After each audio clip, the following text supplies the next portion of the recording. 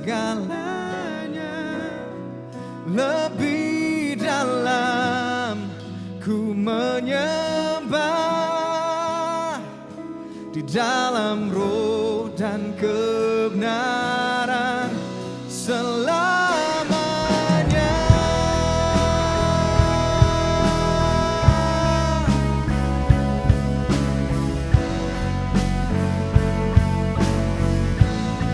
Kami katakan sungguh besar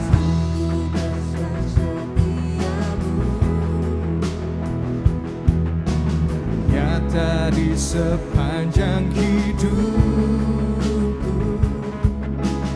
Daramu telah layakkan kehidupanku. Tiada kata yang bisa, tiada kata yang bisa lukiskan indahnya Kau Tuhan. Bagimu segala pujian dan kemuliaan. Oh, oh, oh. Ku tinggikan Engkau Tuhan, melebihi segalanya. Lebih dalam ku menyembah, di dalam roh dan kebenaran selamanya.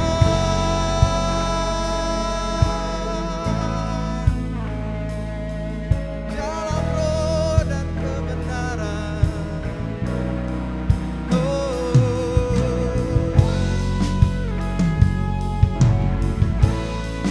Segenap hati kami naikkan syukur kami Tuhan. Oh, ku tinggikan Engkau Tuhan, melebihi segalanya. Lebih dalam ku menyembah, di dalam roh kami tinggikan kan Engkau Tuhan, melebihi segalanya. Lebih dalam ku menyembah, di dalam roh dan kebenaran selamanya. Sebentar kita akan mengambil perjamuan kudus untuk memperingati pengorbanan Tuhan Yesus di kayu salib untuk menebus dosa kita. Teman-teman dipersilakan untuk mempersiapkan perjamuan kudus.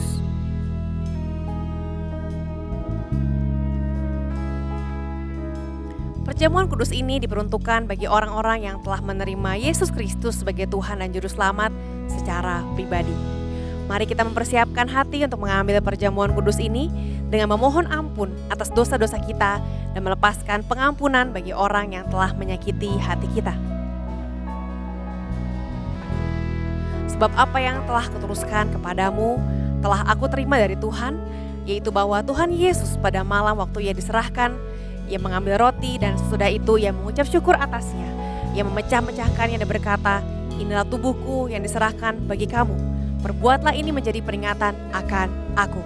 Mari kita makan roti ini dengan penuh ucapan syukur di dalam nama Tuhan Yesus.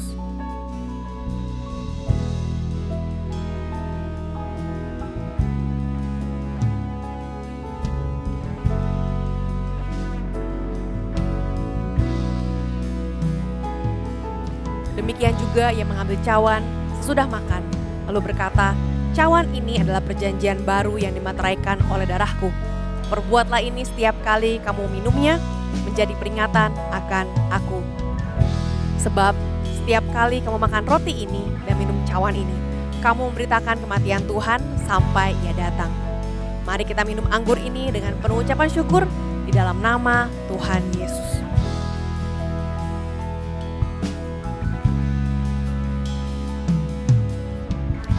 Syukur Tuhan, karena pengorbananmu membawa kami punya masa depan. Karena pengorbananmu membawa kami punya harapan. Hari ini kami serahkan hidup kami ke dalam tangan Tuhan. Dan kami percaya bahwa Engkau selalu menuntun langkah kami di awal tahun yang baru ini. Terima kasih Tuhan Yesus. Dalam nama Tuhan Yesus kami berdoa dan mengucap syukur. Mari sama-sama kita naikkan penyembahan kepada Tuhan. Ku tinggikan Engkau Tuhan, melebihi segalanya, lebih dalam ku menyembah, di dalam roh ku tinggikan Engkau Tuhan, melebihi segala-galanya, ku menyembah dalam roh dan kebenaran selamanya.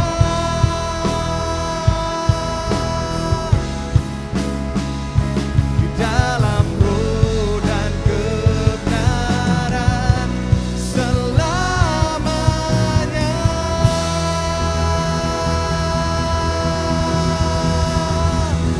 Oh, selamanya, selamanya.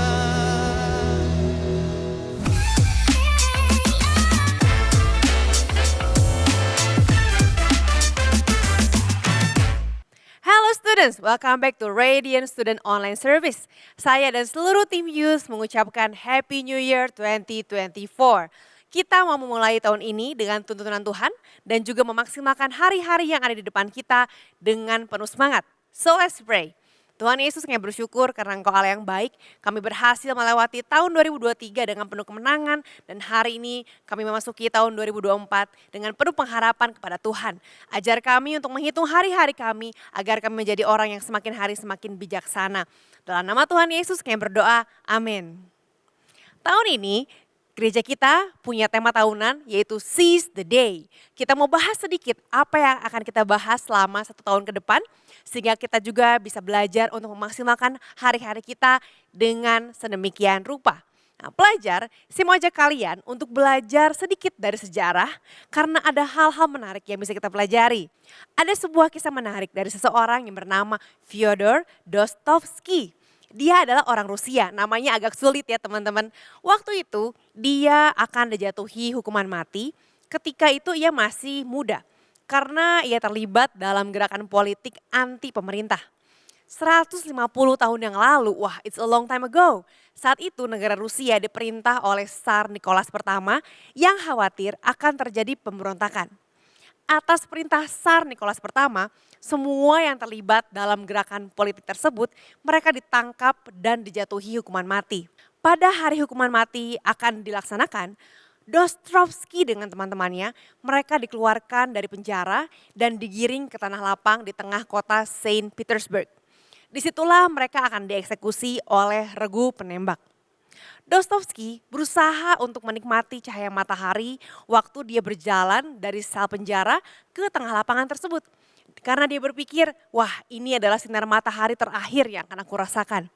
Dia tahu bahwa itu adalah detik-detik terakhir dia hidup di dunia ini.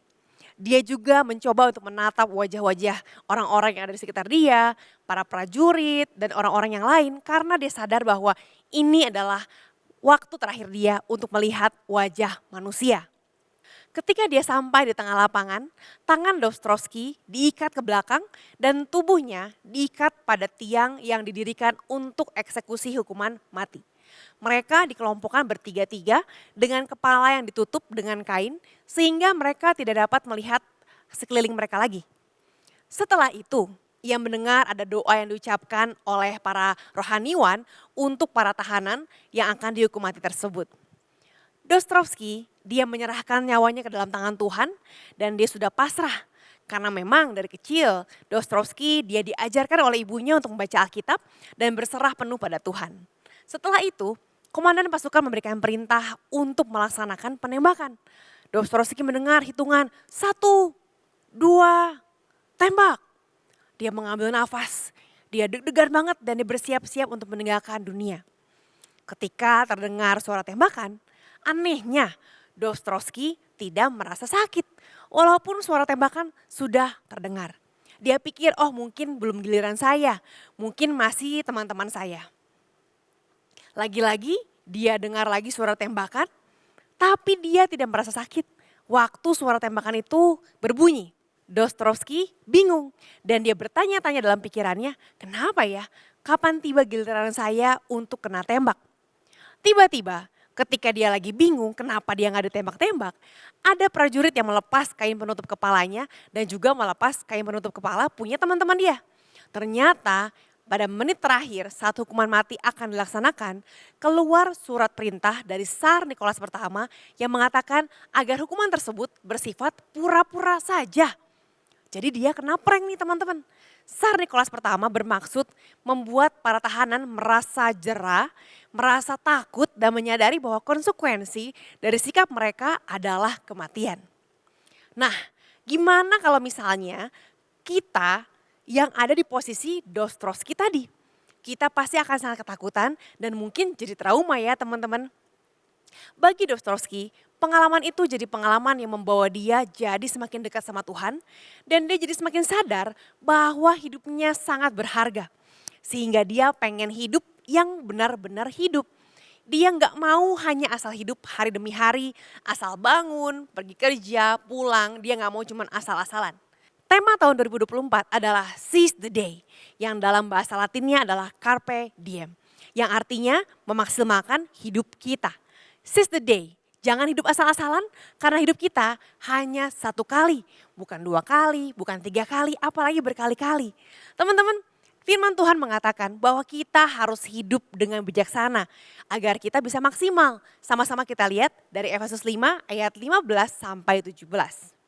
Karena itu perhatikanlah dengan seksama bagaimana kamu hidup. Janganlah seperti orang bebal, tetapi seperti orang bijak. Dan pergunakanlah waktu yang ada karena hari-hari ini adalah jahat. Sebab itu janganlah bodoh, tetapi usahakanlah supaya kamu mengerti kehendak Tuhan. Rasul Paulus, dia menulis surat ini ketika dia sedang ada dalam penjara di kota Roma.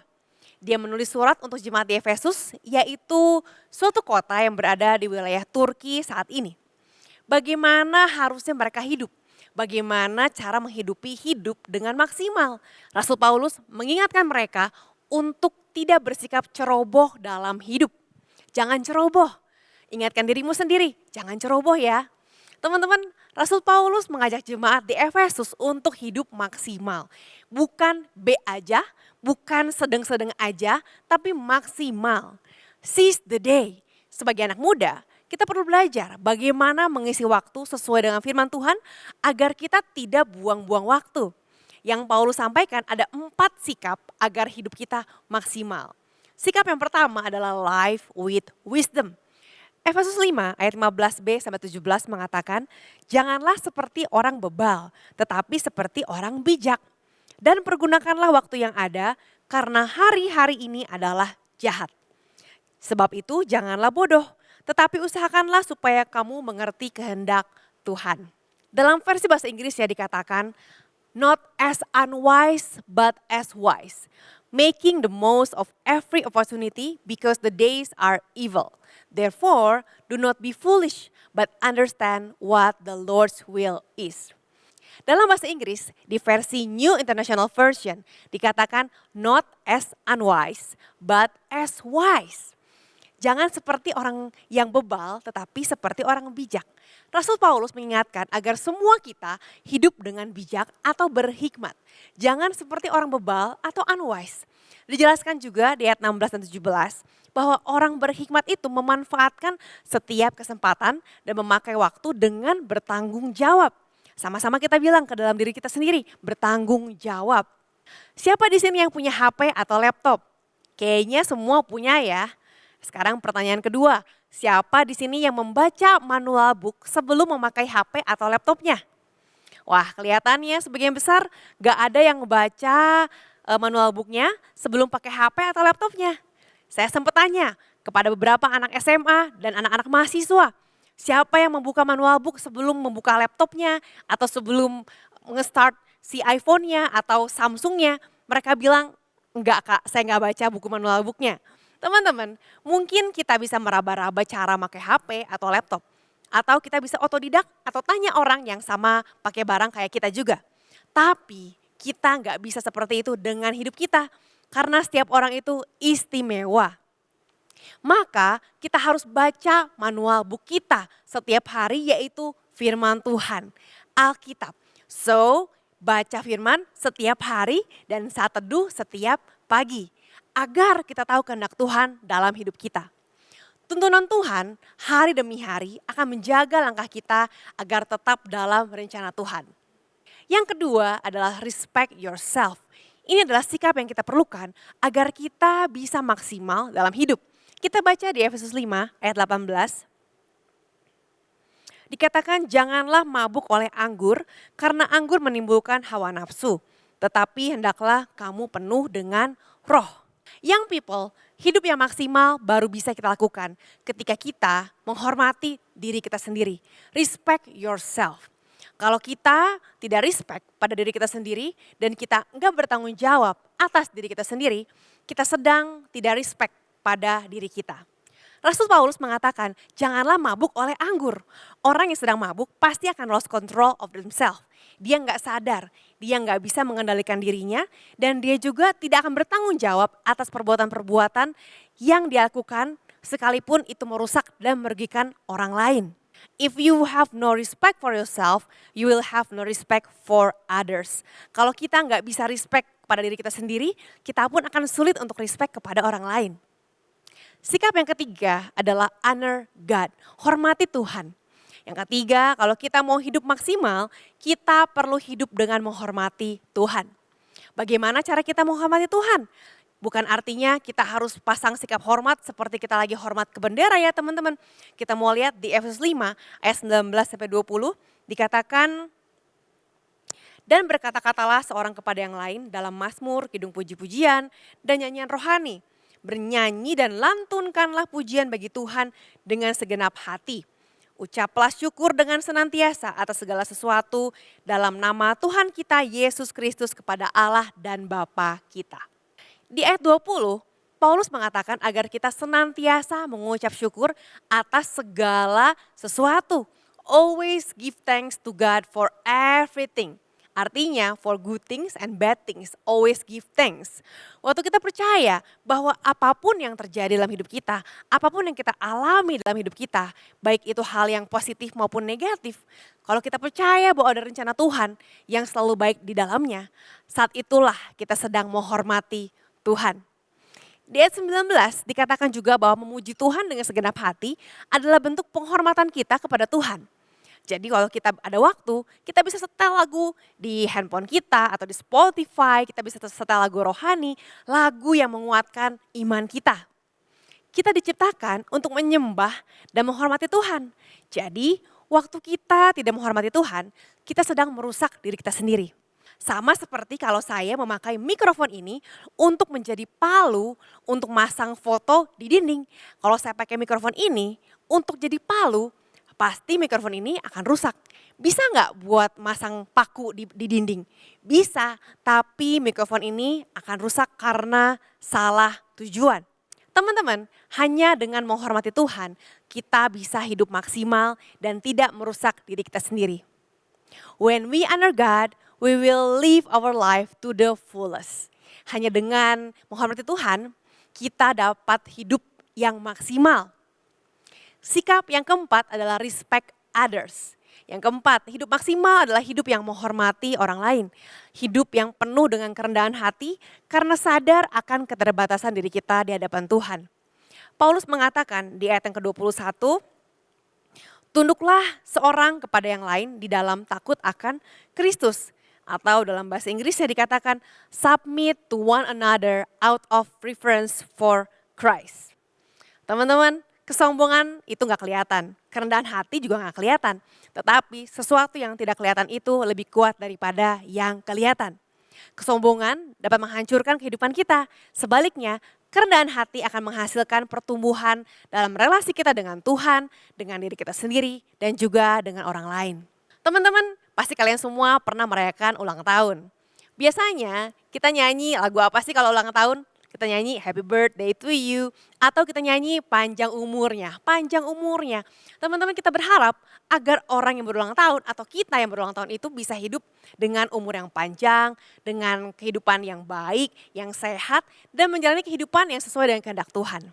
Kita tahu bahwa umur panjang aja tanpa kesehatan, tanpa mental yang sehat, tanpa tubuh yang sehat, maka percuma umur panjang karena kita nggak bisa menikmatinya. So, this year, let's seize the day. Maksimalkan waktumu, jangan sia-siakan hidupmu. Hari ini saya mau tantang kalian semua. Kalau kamu mau maksimal dalam hidupmu, hal yang pertama yang kamu perlu lakukan adalah terima Tuhan Yesus sebagai Tuhanmu, sebagai Juru Selamatmu.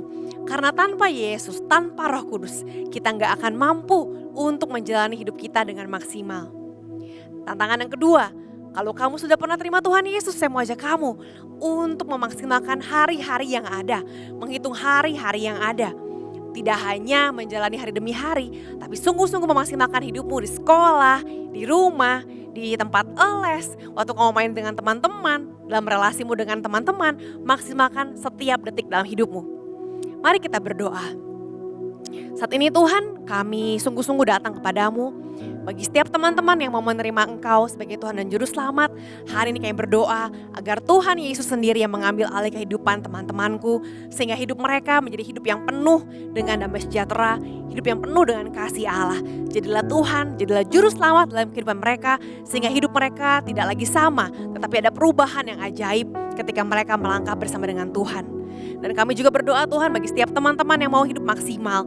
Kami minta Roh Kudus tuntun kami, Roh Kudus pimpin kami. Sehingga setiap langkah-langkah dan keputusan-keputusan yang akan kami ambil di tahun 2024 ini penuh dengan dasar akan kasih kepada Tuhan, dasar akan cinta kepada Tuhan, bukan karena hal-hal yang lain.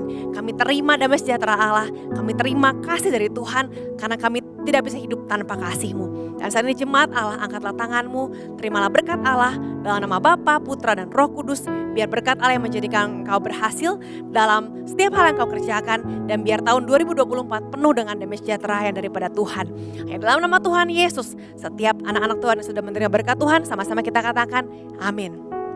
Teman-teman, kalau kalian perlu didoakan, kamu bisa scan QR code di bawah ini. Ada pendoa yang siap untuk mendoakan kalian. So, sekali lagi, Happy New Year and God bless you.